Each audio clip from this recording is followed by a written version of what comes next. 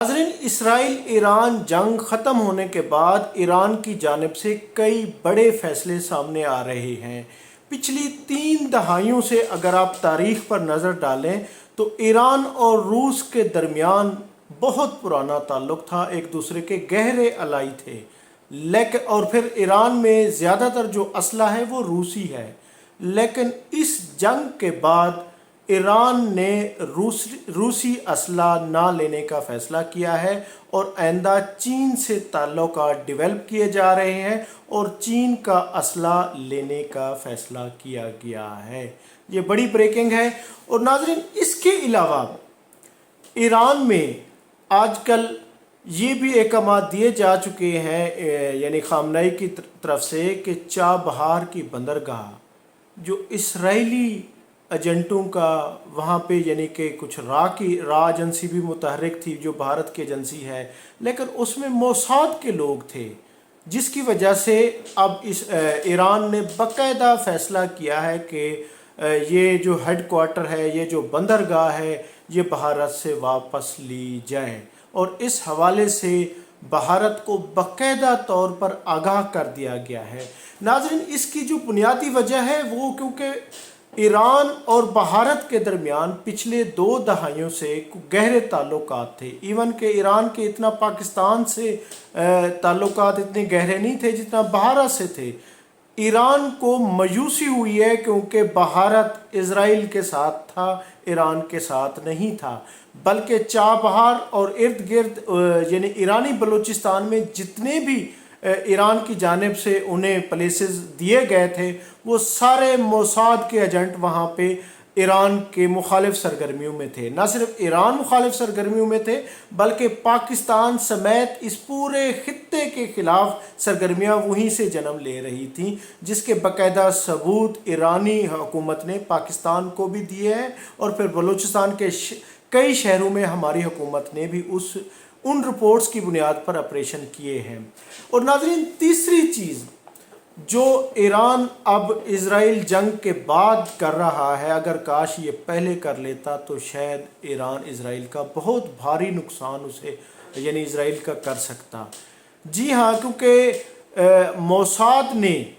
Mossad ने Iran के कई शहरों में, हुकूमती ऐवानों में उनकी खुफिया एजेंसी तक यानी गहरे वहाँ पे रूट्स बना लिए थे। उसकी वजह यहूदियों से ईरानियों का एक अरसे से ताल्लुक़ था, क्योंकि वहाँ पर ख़ास तौर पर सुन्नियों पर ज़्यादा वो नहीं किया जाता था, जिसकी वजह से वो यहूदियों को ज़्यादा अहमियत दी जाती थी, जिसका खेल वहाँ पर मोसाद ने खेला। और अब पिछले सिर्फ 12-15 दिनों में, बल्कि इस जंग के बाद तेज़ी आ गई है कि 700 से ज़ायद लोग सिर्फ 5 दिनों में गिरफ़्तार किए गए हैं और लोगों को बहुत तेज़ी से उन गद्दारों को फांसियां भी दी जा रही हैं। यानी ईरान की जानिब से, हुकूमत की जानिब से अब उन गद्दारों का सफाया किया जा रहा है, एक ऑपरेशन क्लीन अप जारी है। काश ये पहले किया जाता, जैसे भारत का यानी कि वहाँ से चाबहार खाली कराई जा रही है। नाज़रीन, अगर आपको याद होगा कि 1967 की जो जंग थी मिस्र और इसराइल के दरमियान, तो उस वक्त जो पैलेट थे इसके इजिप्शियन यानी कि मिस्र की जो उसके वो थे, वो सारे इंडियन थे और उन्होंने जहाज़ उड़ाने से इनकार कर दिया था और वहाँ पर खड़े खड़े ही इसराइल ने वो सारे तबाह कर दिए थे।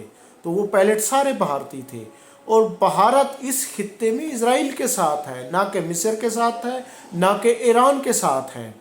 तो नाज़रीन, इस जंग के बाद बहुत सारा भौचाल भी आ गया है। और फिर एक चीज़ है, बहुत दिलचस्प सूरत हाल है कि ईरान की सुप्रीम लीडर ने यानी कि दावा किया है कि हम ये जंग जीत चुके हैं। नेतन्याहू दावा कर चुके हैं कि हम ये जंग जीत चुके हैं और यही कुछ ट्रंप साहब भी दावा करते हैं कि हम ये जंग जीत चुके हैं। नाज़रीन, ये जंग मफादात ने जीती है, जी हाँ, लेकिन एक चीज़ है कि इज़राइल और अमेरिका को अपने जो मकासद थे कि रेजीम चेंज होगी, उसमें नाकामी हुई है।